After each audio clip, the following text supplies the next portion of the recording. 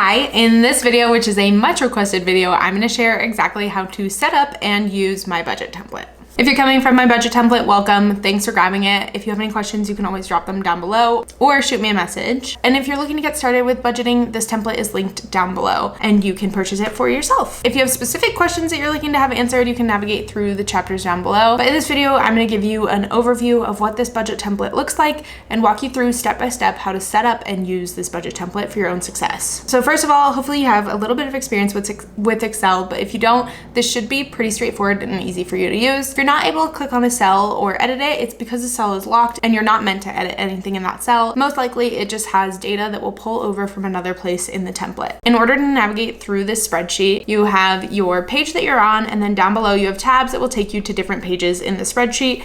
Mostly you can switch between your setup page where you'll set targets every single month, your overview where you can see exactly how you're progressing towards your goals this year, and then you have each month's budget sheet. On the left side of the sheet here is your target boxes. These are all blank now because we haven't set our targets, but all of this is just data that pulls in and it helps give you a quick view of where your money is going each month. On the right side here, we have our boxes where you'll input data. The first is where you'll put in the income you make every month. The second is where you'll assign money that isn't necessarily spent. We'll talk about that more in a little bit. And then the third is all of your expenses. So anytime you spend money, you track it here. My philosophy with money is that every single dollar should have a job and every single dollar you spend should be tracked so that you can spend in alignment with your values. So I like having the expense tracker on the same page as my actual budget and targets because it just simplifies and streamlines everything. I can track all of my expenses and see how I'm doing in all of my targets all in one place. At the top here, these are actually pie graphs that don't pull through until you've inserted data. So we can kind of see what that looks like once we've actually put some data in. And then you have your kind of overview boxes. So the first one is a budget overview where you can quickly see what your income is for the month, cash that was left over from the past month and is pulling through, how much you put to debt, investments, how much you've spent, and how much you've saved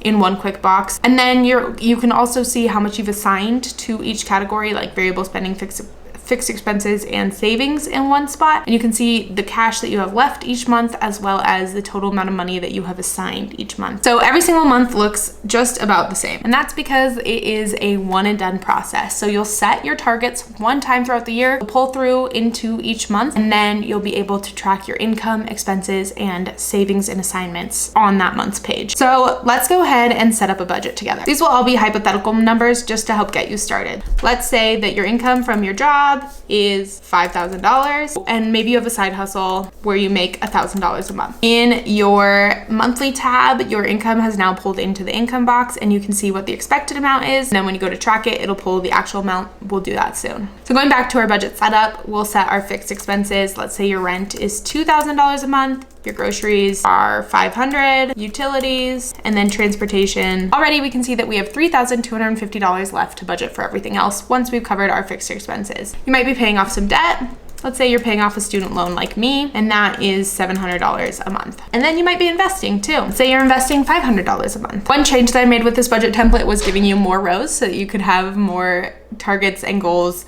Obviously this is just an example, so I'm leaving it bare bones just so you can see how to set it up, but that's just important to know. You can also set savings goals. Savings can be anything like your emergency fund, or maybe you're saving for a down payment for a house, or if you're like me, you might have some sinking funds. So let's save for all of those things. $200 a month to an emergency fund. Maybe your goal is to get to $10,000. The reason we have a goal here is because in each of your buckets, you can see the progress that you've made towards your goal here, but because we haven't saved anything, we haven't made any progress, so we'll circle back. Maybe you're saving $300 for a house and your goal is to have $50,000. One other thing that is helpful if you're just getting started is you can input your starting balance for each of these numbers. So the budget doesn't automatically assume that you're coming into this with nothing. Okay, and then variable expenses. Personally, I just give myself one category and a small amount of money every single month, but you might like to break it down more. So you might have your kids' clubs for $250 a month. I don't have any concept of what those costs, don't come at me. Whatever it is, you can see that we now have $500 left over to put towards whatever financial goals you have after you've budgeted all your money in this situation, which is all just play pretend. So quickly jumping over to your month now, your categories have all pulled in to this item and expected column, which is in each of these categories. As you can see, our savings, because we put in our starting balances, we now have a bucket started for those because we have a little bit saved and you can see the progress towards these goals. So because we said that we wanted a $10,000 emergency emergency fund and we already had $10,000 in the emergency fund, our progress is 100%. Because we said we wanted to save $50,000 for a house and we said we already had $30,000 for that house, our progress is 60%. But let's say that you got paid, maybe one of your paychecks for the month was $3,000 from your job. You now have income to play with. As we can see up here, you have $3,000 of cash left to play with. So let's go ahead and assign some of that cash. First, you have to pay for rent. Maybe your rent isn't due until the 14th and it's the first of the month. So you want to just make sure you set that money aside so that you have it.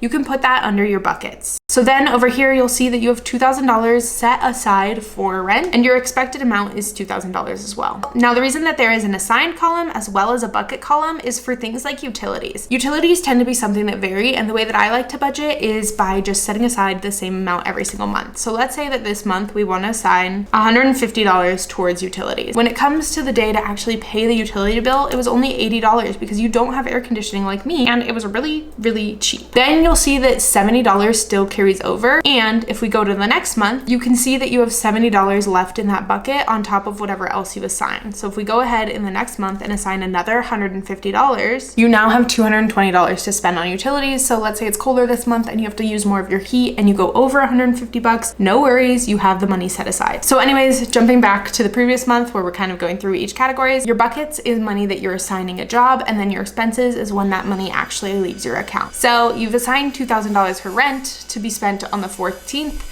Let's say the 14th comes around and you actually spend that $2,000. Now your bucket is $0 and you've spent everything that you've assigned. The same is true for your more variable expenses. So let's say that you want to set aside $250 for your kids' clubs, but you only spend $100 this month because you're at home and they don't go to clubs. That leaves you with an extra $150 for the next month, and it just keeps rolling over as long as you don't spend it. These buckets help a lot when you have variety in your spending because it's normal to spend a little bit more one month and a little bit less another. But let's say that you're using your sinking funds for what they're supposed to be used for and you're budgeting for expenses that you know are gonna pop up. Your car had an issue and you had to spend $250 to fix it. You'll just go to your expenses and select savings and go ahead and spend from whatever category you're spending from. Now, we didn't set anything aside this month, so it looks like we went into the negative. Let's say you have a little bit more saved up already, or you've already saved enough to have $500, then you've just spent down to $250, and that's how much is left in that bucket. Now that we put a little bit, our pie charts have popped up. So we have one for income. If we did make money from our side hustle, it would break down what that income looks like.